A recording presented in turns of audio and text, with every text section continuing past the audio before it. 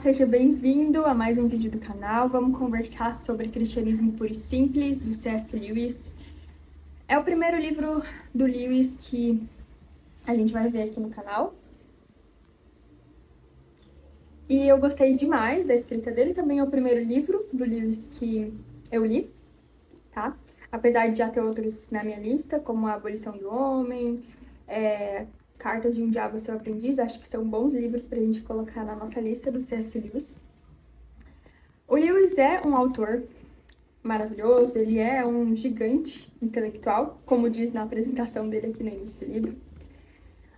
O C.S. Lewis, ele foi amigo do Chesterton, católico, C.S. Lewis, protestante. Na minha cabeça eu tenho bem essa divisão, assim. Mas lendo esse livro, dá pra ver que justamente nesse livro ele não quer fazer essa divisão entre católicos e protestantes. Ele quer sim falar de um cristianismo puro e simples, como diz o título do livro. Então ele deixa de lado mesmo essas divisões.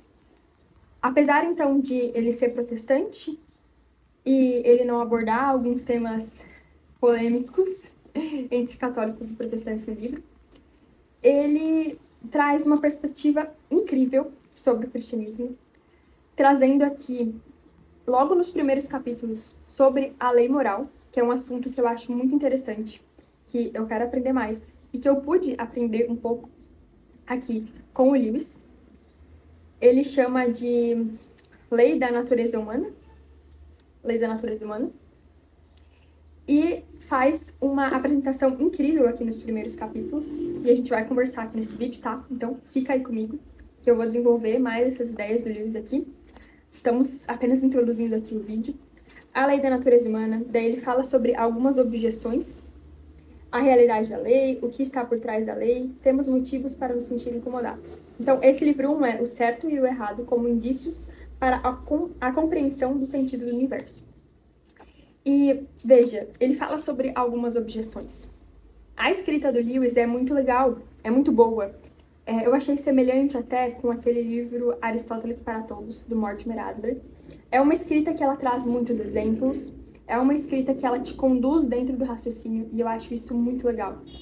Esse tipo de livro que conduz a gente nos raciocínios me dá vontade de pegar, abrir o livro aqui e ler para você, de tão incrível que é a exposição do autor sobre o tema, porque ele traz exemplos bem pensados, ele desenvolve uma linha de raciocínio que faz com que você vá compreendendo junto com ele dentro do livro. Ele não joga as ideias e deixa elas soltas, né, para você pesquisar em outro lugar. Não, ele te conduz na linha de raciocínio que ele tá apresentando no livro. Eu acho isso bem legal. Com certeza é muito legal, é incrível. Exemplos da realidade, sabe? Então, pode ter certeza que você não vai ficar desamparada de exemplos aqui nesse livro. Ele vai trazer exemplos da vida real mesmo e vai encaixar a teoria dentro de um exemplo da vida, o que dá muito mais veracidade para o que ele está falando, o que faz com que a gente enxergue o que ele está querendo dizer com muito mais eficiência, tá? Então, enfim, primeiras palavras aqui para defender a escrita do Lewis, que eu já tinha escutado que era um pouco complexo e tal. Eu não achei, eu achei realmente uma escrita simples, uma escrita boa e um livro que flui muito bem, porque ele é dividido aqui em subtemas, né? Então tem aqui o capítulo e subcapítulo. Então, tipo, o livro 1 tem 5 subcapítulos, então se torna algo, né, que é breve, assim, para você ler. Então vai fundo, pega pra você ler, compra, começa, tá? Acompanha aqui junto no vídeo, assiste de novo esse vídeo se você precisar de alguma explicação que a gente vai estar falando aqui. Eu não vou falar sobre tudo, porque não tem como falar sobre tudo no livro, mas eu quero falar, assim, sobre os pontos que mais me chamaram a atenção, sobre a ideia central do livro, né? Isso que estamos aqui introduzindo. Este livro também é uma transcrição de algumas apresentações que ele dava na rádio.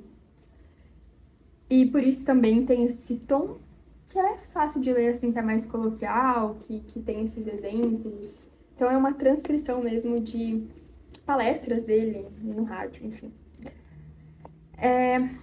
A ideia do livro é defender esse cristianismo puro e simples, é defender esse cristianismo universal, tanto em protestantes, católicos, quanto também em pessoas que às vezes não são cristãs, que são de outra religião, pessoas do Ocidente, do Oriente, que seguem essas ideias que são essencialmente cristãs.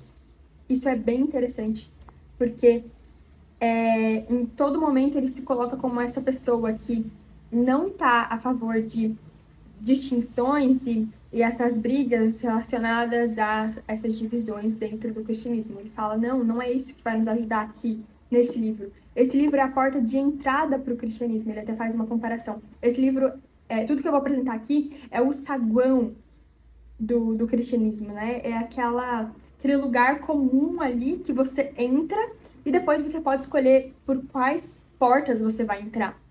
Né? Tem outras portas, tem outras divisões. Mas aqui a minha ideia não é falar sobre as portas e nem julgar a porta que um ou outro está escolhendo. E eu espero que você também não faça isso. Que você, ele fala pra gente, que você seja gentil com a outra pessoa que escolheu uma porta diferente da sua. E também que você seja gentil com as pessoas que ainda estão no saguão, que ainda estão nessa parte inicial, assim, de conhecer o cristianismo. Então, a pergunta que você pode esperar responder no livro é: o que há de comum entre todos os cristãos? E até entre os não cristãos? É o que ele vai expor aqui ao longo do livro, tá? Se eu olhar aqui para baixo, eu tô fazendo colinha. Colinha, né? Resumo aqui do livro, ó, para vocês verem que eu sentei, li novamente várias partes para escrever aqui e montar esse vídeo aqui para vocês. Então, se eu olhar aqui para baixo em algum momento, eu vou estar olhando esse meu resumo. Tem algumas partes do livro também que eu vou estar abrindo aqui com vocês. O cristianismo puro e simples, então, é essa entrada. E não é outro cristianismo. Ele também fala, gente, olha só, eu não tô querendo propor um novo cristianismo, ou uma nova forma de ver o cristianismo. Não, longe disso, por favor. O cristianismo puro e simples é a porta de entrada, é o saguão, é o que tem de comum em todos os aspectos aí do cristianismo. E ele se coloca aqui também como esse leigo que está expondo as ideias, não como um teólogo, não como um especialista. Então ele fala como esse leigo mesmo, essa pessoa que está aprendendo também sobre o cristianismo e está expondo aí as suas ideias e não tem respostas para tudo, e também coloca aqui vários mistérios do cristianismo, que é claro, sempre vão ter esses mistérios da fé, mas também tem explicações muito boas para coisas que têm explicação e a gente pode buscar a explicação. Primeiro aqui também ele começa falando sobre os cristãos. O que são os cristãos? Eles não são só pessoas boas, tá? Cristãos são os mais próximos do Espírito de Cristo e a gente precisa defender essa distinção.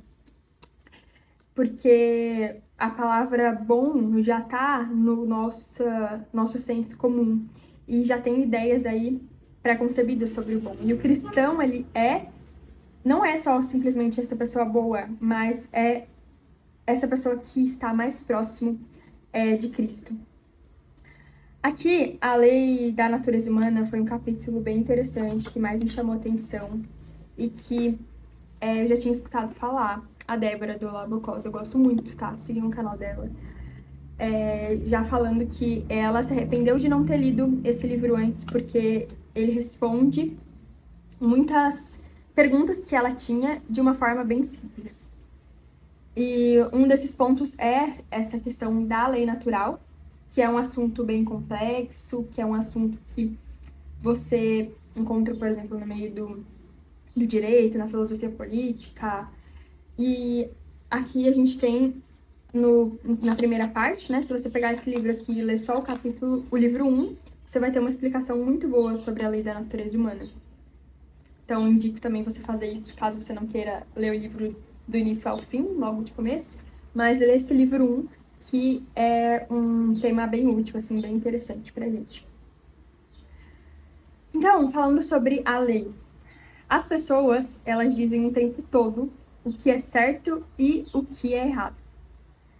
As pessoas, elas ficam o tempo todo querendo justiça. Olha só, você me prometeu, você não vai cumprir? É uma coisa que a gente sempre vai ouvir adultos, crianças falando sobre isso. Olha só, essa caneta não é sua, me devolve? Né? Então, diversas áreas a gente pode ver essas falas, assim, sabe?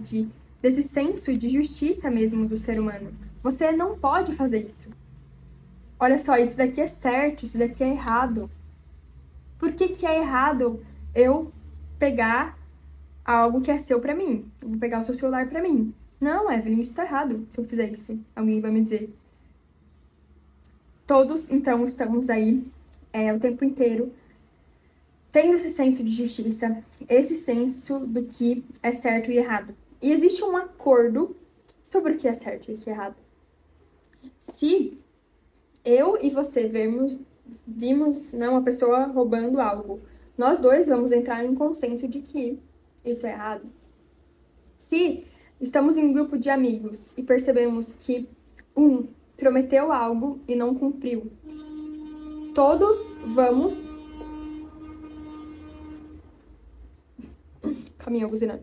Todos vamos entrar no consenso de que isso é errado. Então, existe esse acordo sobre o que é certo e errado. E essa lei do certo e errado se chama essa lei moral, tá? E aí existe essa distinção entre a lei natural e a lei moral. A lei natural, ela nos fala sobre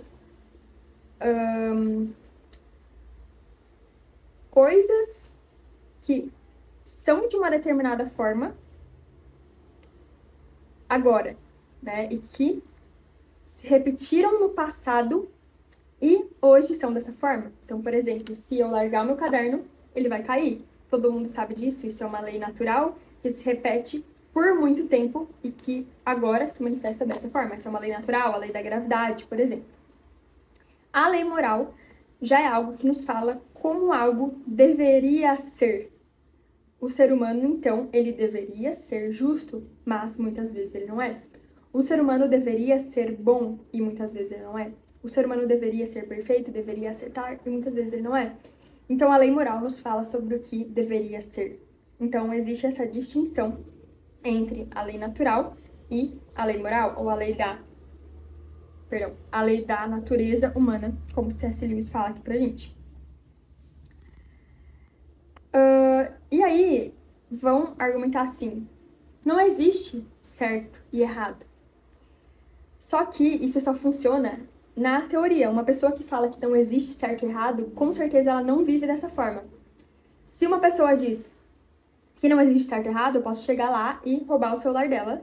Ela vai me falar, não, Evelyn, não rouba meu celular, isso é errado.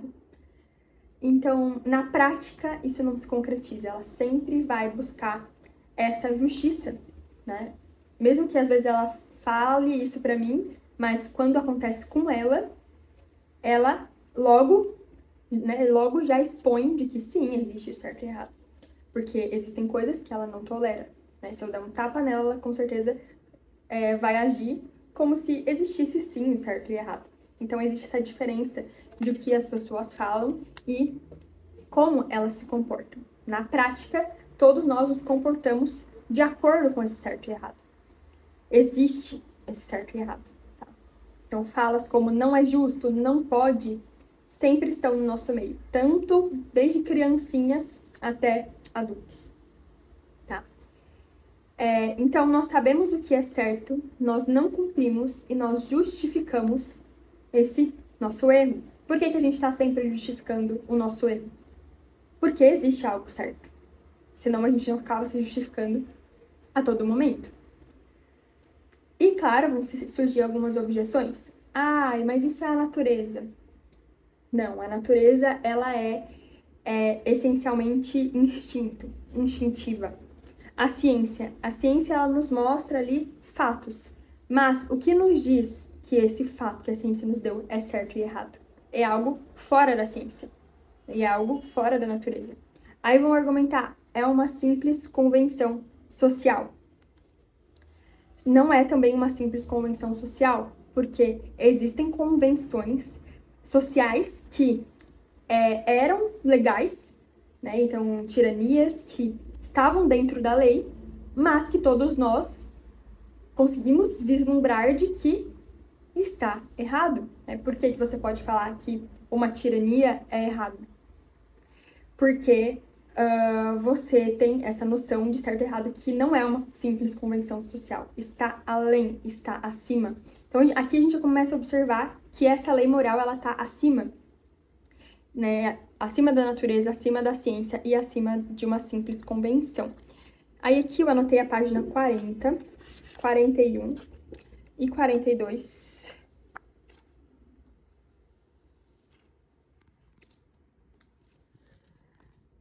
Então, aqui o Lewis, na página 40, está nos mostrando que essa lei da natureza humana, ela pertence à mesma classe que a matemática. A matemática, existe ali sempre um resultado certo e um resultado errado. E essa lei da natureza humana, ela pertence à mesma classe da matemática. E a razão é a seguinte: se você considera as diferenças entre a moralidade de um povo e a de outro, não tende a pensar que a moralidade de um deles seja sempre melhor ou pior do que a do outro? Será que algumas das mudanças não foram para melhor? Se não, então, certamente não poderia haver nenhum progresso moral. Todos temos essa noção de progresso moral, de algo que é melhor do que outro. O progresso não quer dizer apenas mudança pura e simples, mas mudança para melhor. Então, se nenhum conjunto de ideias morais fosse mais verdadeiro ou melhor do que o outro, não haveria sentido em preferir a moralidade civilizada à moralidade selvagem, ou a moralidade cristã à moralidade nazista. Então, olha só, como fica claro, sabe? Nem preciso explicar mais do que isso, porque ele expõe de uma forma claríssima que a próprio conceito de progresso supõe um certo e errado. O progresso é para essa melhoria. Então, existe uma melhoria, existe algo que é certo, existe uma moralidade que é melhor do que a outra, né? Ser civilizado é melhor do que ser selvagem. Se suas ideias morais podem ser mais verdadeiras àquelas de uma tirania, menos deve haver alguma moralidade real, de acordo com a qual sejam verdadeiras. A razão por que sua ideia de Nova York pode ser mais ou menos verdadeira do que a minha é que Nova York é um lugar real que existe independentemente do que qualquer um de nós pense. Olha, o exemplo maravilhoso e simples aqui do Lewis. Nova York existe, é um fato dado. Existe ali uma ideia de Nova York. E existe, se eu inventar que Nova York é um lago que tem vários patinhos lá e é só isso, um lago sujo ainda. Eu tô inventando da minha cabeça, na verdade a Nova York existe e se uma outra pessoa vir aqui, já tiver ido a Nova York e me apresentar o que a ideia dela vai ser mais certa do que a minha. Então, assim, fatos. Se ao pronunciar Nova York, cada um de nós quisesse dizer meramente a cidade que estou imaginando na minha mente, como é que se poderia supor que algum de nós tivesse ideias mais verdadeiras do que outro? No fim das contas, não seria questão de verdadeiro ou falso. Da mesma forma, a regra de comportamento digno significasse simplesmente o que cada nação decidisse aprovar. Não faria sentido dizer que qualquer nação já tenha sido mais correta do que qualquer outra em seu julgamento. E a gente fala isso. Assim como também não faria sentido dizer que o mundo pode se aperfeiçoar ou degenerar moralmente. Existe também aquele argumento de que foi ensinado, né? A lei da natureza humana foi ensinada por nossos pais. Mas beleza, foi mesmo. Só que existe, né? Da mesma forma que eles nos ensinaram a matemática, entendeu?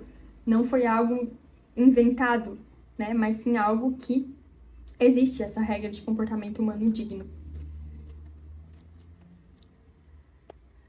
Então, a partir de todos esses pontos aqui que a gente conversou, essa lei moral deve ser algo transcendente. Porque, como a gente falou, transcende, não é uma convenção, né? É algo que de fato existe, é maior que a natureza, que a ciência e que uma convenção social. Então, é esse transcendente, que é o mundo imaterial que nos fala como as coisas deveriam ser. Tá? O mundo material nos mostra como as coisas são. E esse mundo imaterial, essa lei moral transcendente, essa lei da natureza humana, nos mostra como as coisas deveriam ser. O que te permite dizer que governos tirânicos são injustos?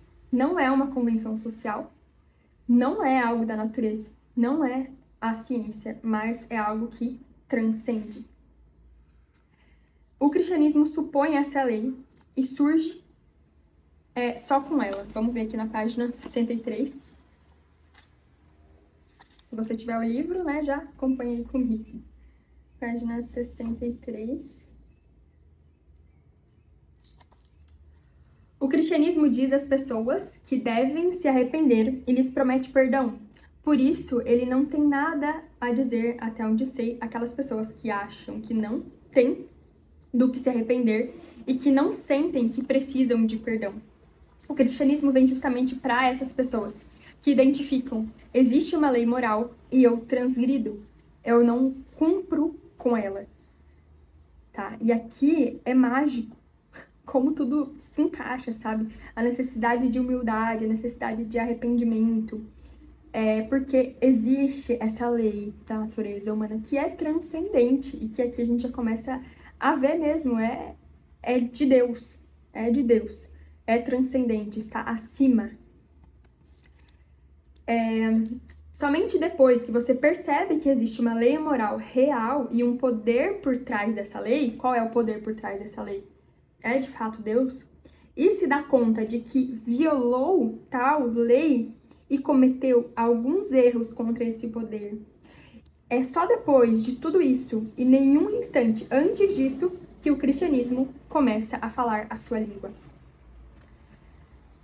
A necessidade desse reconhecimento de que existe algo certo, de reconhecimento de que nós não cumprimos esse certo e que precisamos de um arrependimento, de que necessitamos de um perdão, aí o cristianismo começa a agir. Aí esse aperfeiçoamento começa de fato a acontecer. Então, essa forma de começar o livro Cristianismo Puro e Simples é maravilhoso porque mostra que para todas as pessoas existe essa lei moral, tá? E assim, esse tema, né, claro, pauta para muita discussão, para muitas objeções, né? Também, né, tem o Oriente e tal. Mas uma parte bem interessante que eu encontrei aqui no livro do Lewis é que é universal ou ocidental? Ele argumenta assim, na página 32. Mas isso não é verdade. Está certo que há diferenças entre as suas moralidades, mas eles nunca chegaram a se configurar com uma diferença total, tá? Aqui. Ele falou que algumas pessoas consideram como sem fundamento a lei natural, ou lei de comportamento digno, porque diversas civilizações e povos das várias épocas erigiram doutrinas morais muito diferentes. Mas ele argumenta aqui que sim, né, existe diferenças nessas moralidades, mas elas nunca chegaram a ser uma diferença total.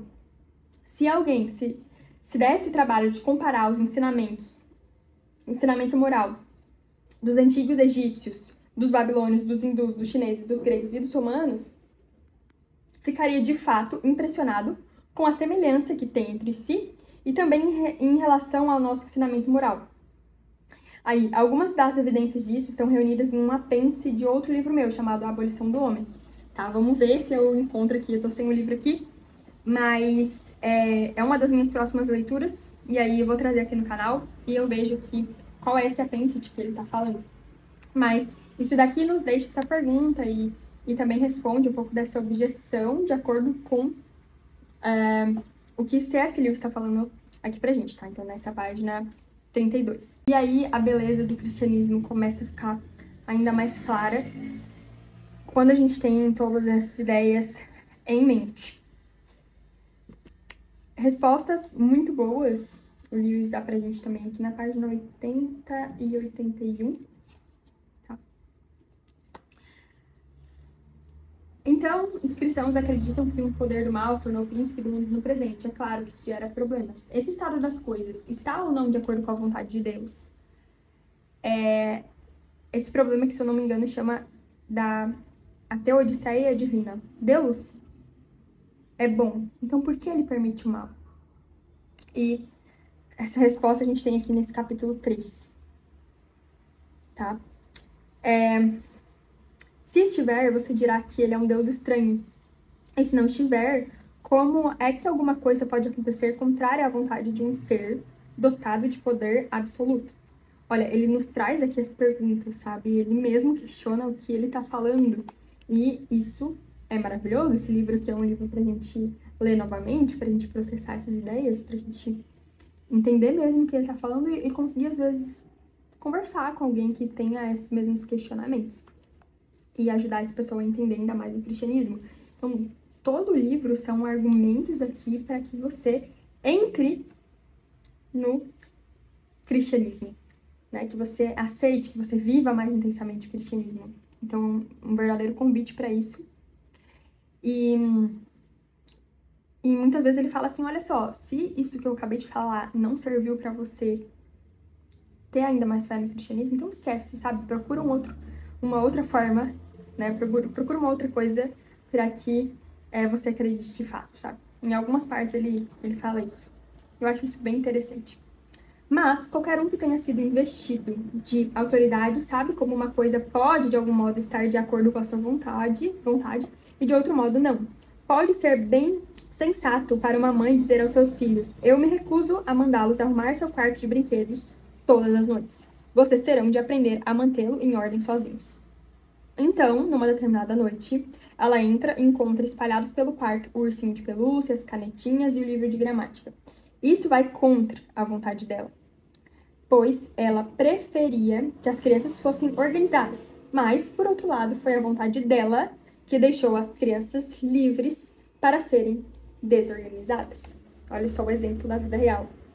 O mesmo ocorre em qualquer regimento, sindicato ou escola. É só dizer que alguma coisa é voluntária que metade das pessoas deixa de fazê-la, ainda que essa não fosse a pretensão inicial. Foi a sua vontade que tornou isso possível. Provavelmente é isso que acontece no universo. Deus criou coisas dotadas de livre arbítrio. Isso significa criaturas que têm a opção de fazer o bem ou o mal. Algumas pessoas acham que são capazes de imaginar uma criatura livre, mas impedida de fazer o mal. Eu não consigo. Se alguém é livre para ser bom, também é livre para ser mal. Por que então Deus concede o livre-arbítrio? Porque o livre-arbítrio, embora possibilite o mal, também é a única coisa que torna possível todo o amor, toda a bondade ou toda a alegria.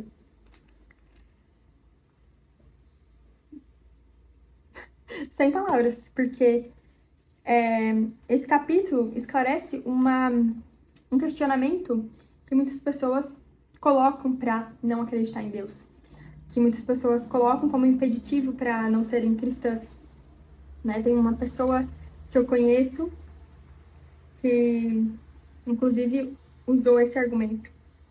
E aqui tem a resposta. Por que ele permite o livre-arbítrio? Porque ele é a própria bondade, o próprio amor e a própria alegria.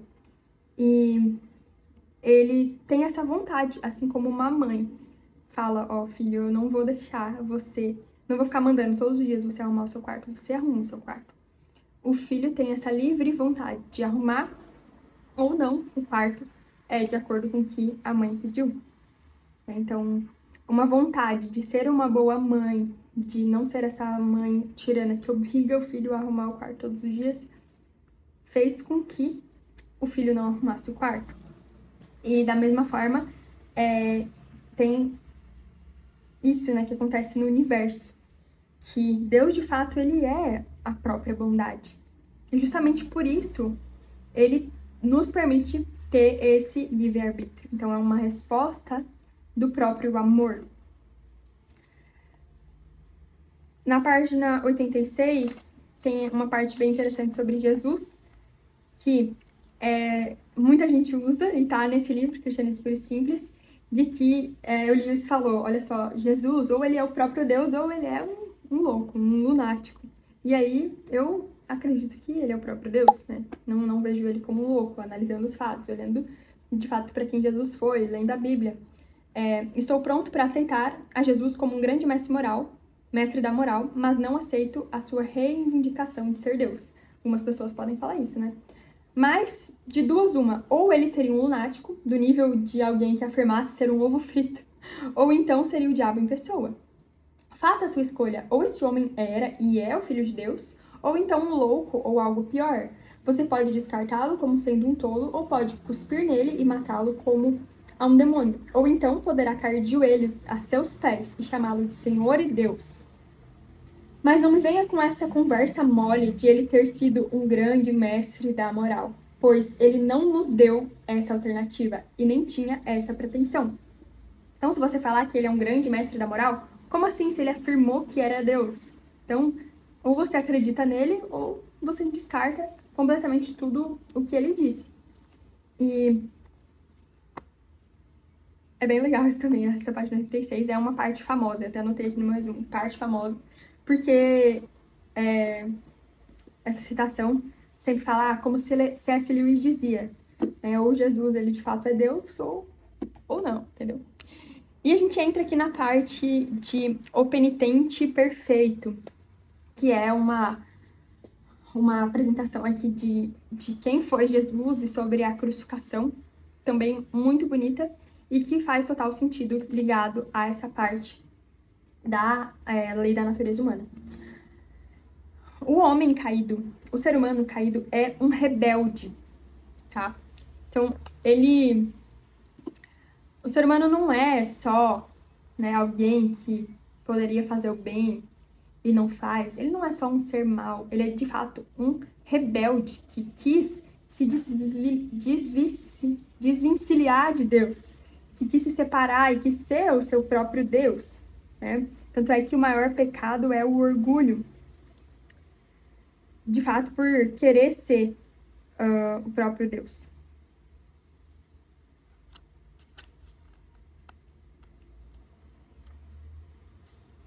Tá na página 92.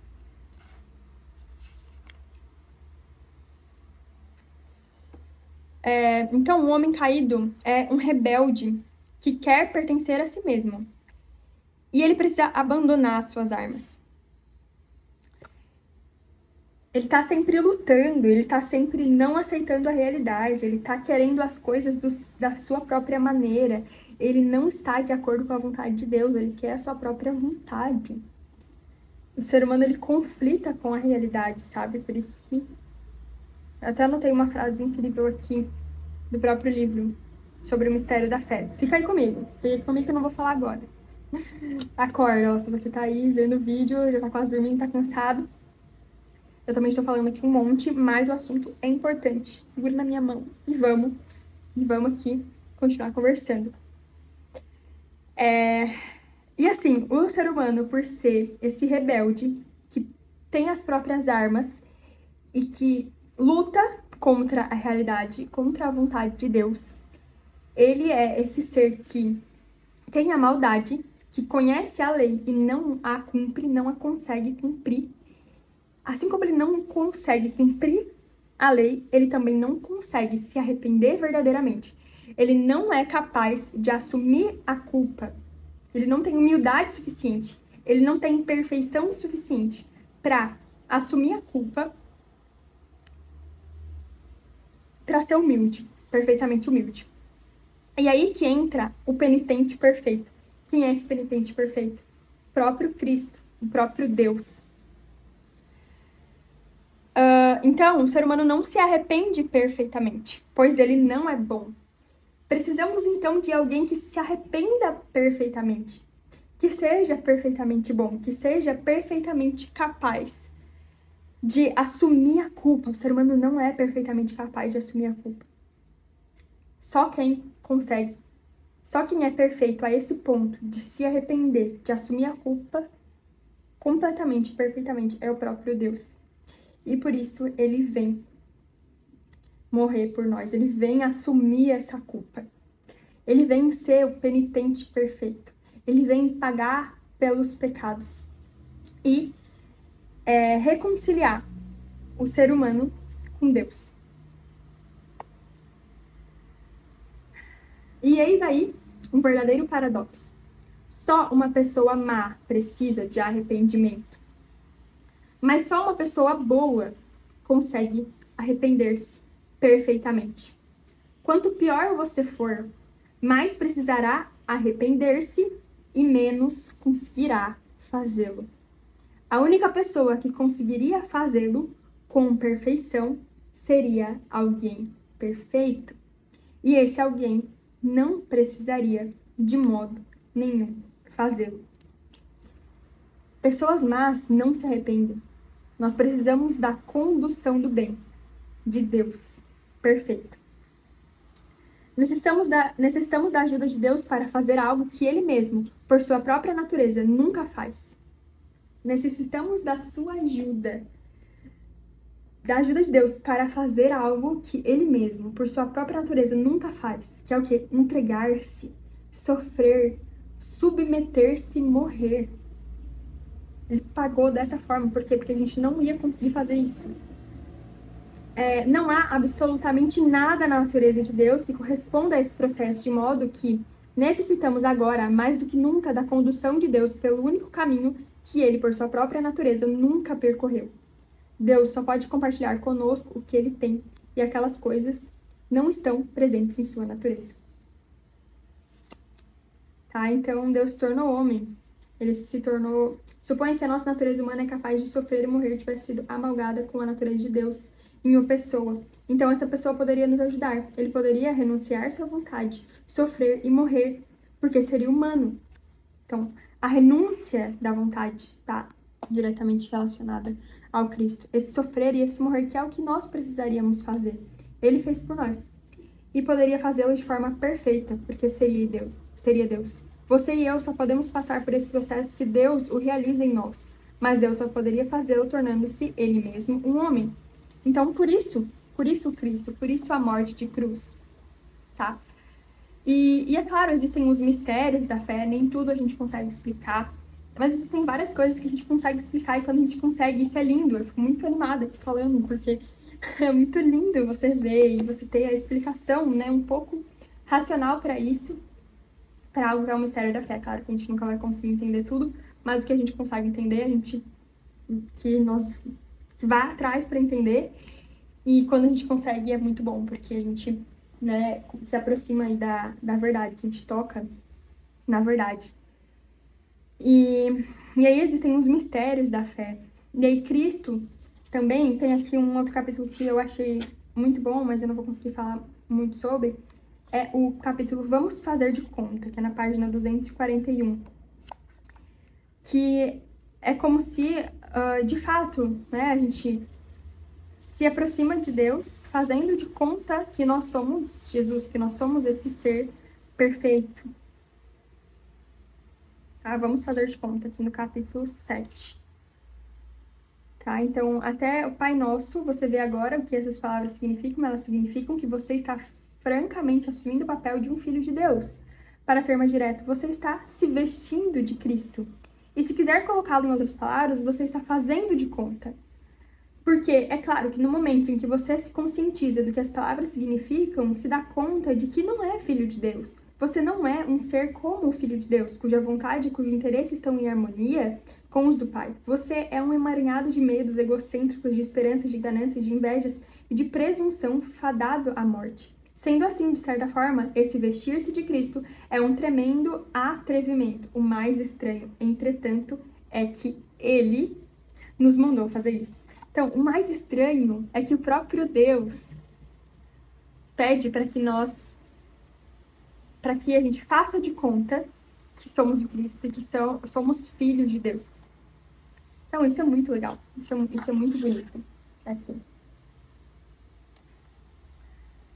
E, então, é um mistério. Tanto é que ele fala, o mais estranho é que ele nos mandou fazer isso. Porque não tem explicação. É um mistério da fé. E anotei aqui no meu resumo, bem aqui em cima. Temos de tomar a realidade como ela se apresenta a nós. Cara, o maior conflito, sei lá, o meu maior conflito às vezes é assim, tá... E o meu e o seu tá conflitando às vezes com a realidade, querendo que a nossa vontade se cumpra e vendo que o dia não vai sair do jeito certinho que a gente quer, porque existe uma vontade maior, então a gente precisa se abandonar e, de fato, viver de acordo com a vontade de Deus, que não é a minha vontade, que muitas vezes é difícil.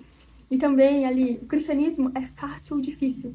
Ele é difícil e fácil, porque ele pede que abandonemos a nossa própria vontade, que carreguemos a nossa cruz, e ao mesmo tempo nos fala que o fardo é leve e é suave. Então é um paradoxo mesmo do cristianismo. Temos de tomar a realidade como ela se apresenta a nós, e não tagarelar sobre como ela deveria ser, de como esperávamos que fosse.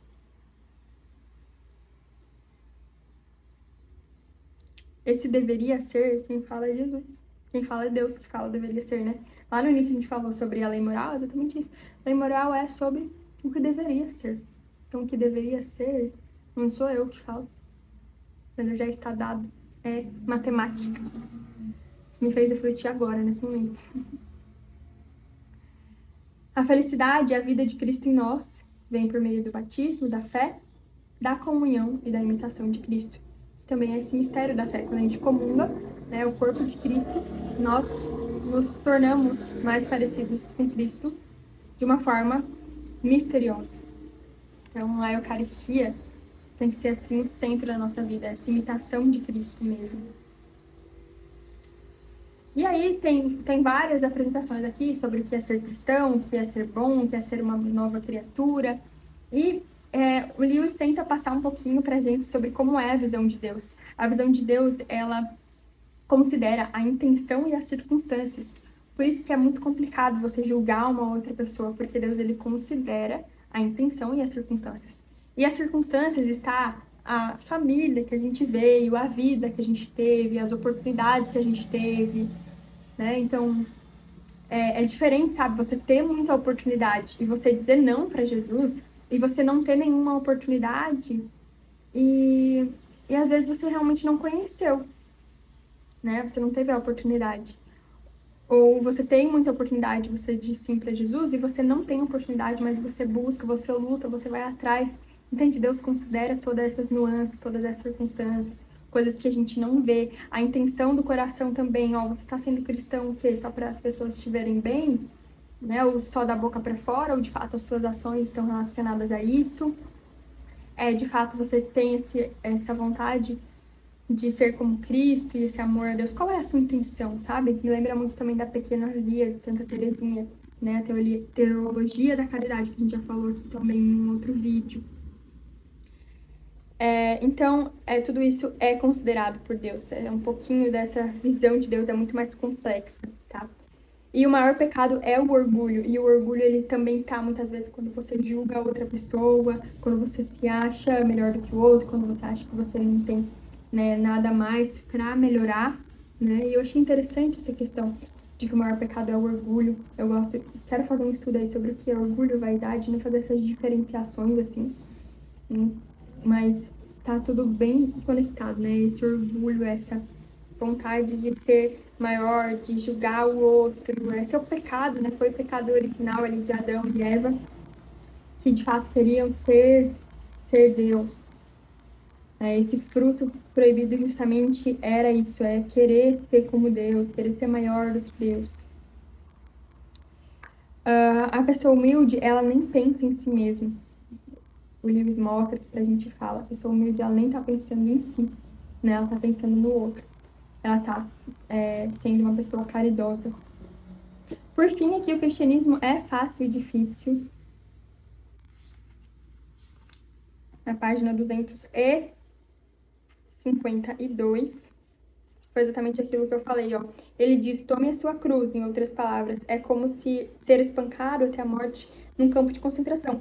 No minuto seguinte, ele diz, pois o meu jugo é suave e o meu fardo é leve. Então, o cristianismo é fácil, é difícil.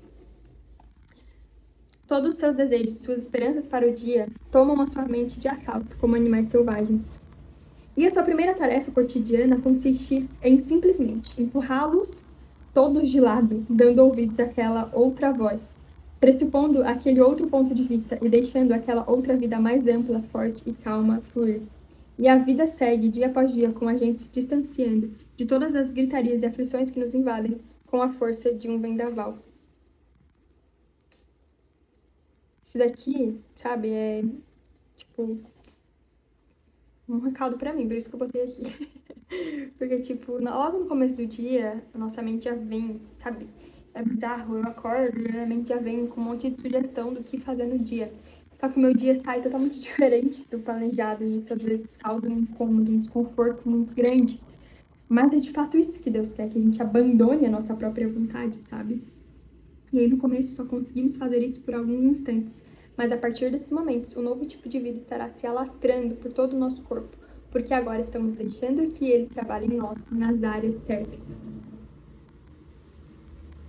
Quando ele disse sede perfeitos, ele estava falando sério. Ele quis dizer que devemos nos submeter ao tratamento completo. É difícil, mas o meio termo, a que todos aspiramos, é mais difícil, na verdade é impossível. Tá? Então, essa página 254 é uma página, assim, realmente pra gente refletir. Refletir mesmo. Porque a gente precisa abandonar a nossa própria vontade. E aí volta pro mistério. Página 131 eu botei um uau. Ele falou que todo tipo de coisas boas que pensamos serem nossas, mas que na verdade se davam em virtude de um bom metabolismo, vão cair por terra para alguns de nós. Assim também toda a perversidade que se dava em decorrência de complexos ou de má saúde cairá por terra para os outros. E então, pela primeira vez, veremos uns aos outros como realmente somos. Pode esperar surpresas. Tenso, né? Tenso. E legal também, né? Tipo, imagina, a gente vai ver de fato como nós realmente somos. Sem as nossas facilidades e tal. Porque Deus considera, o olhar dele é diferente do nosso. O julgamento dele é diferente do nosso, ele considera todas as nuances da nossa vida. Por isso que é um Deus pessoal. Um Deus pessoal. Ele conhece você de perto, conhece as suas circunstâncias. O olhar dele é diferente do nosso olhar humano. Sabe? Esse olhar mais completo, com todas as nuances. Mesmo. Enfim, um livro maravilhoso para você pegar, para você ler, para você reler, para você estudar. E termino esse vídeo aqui com a sensação de que poderia ter falado mais ainda sobre esse livro, poderia ter pegado outras nuances, que poderia ter me aprofundado mais, mas é o que conseguimos fazer nesse momento, né? É o que temos em mãos. Então, aproveita, faz essa leitura e a gente se vê no próximo vídeo. Beijo!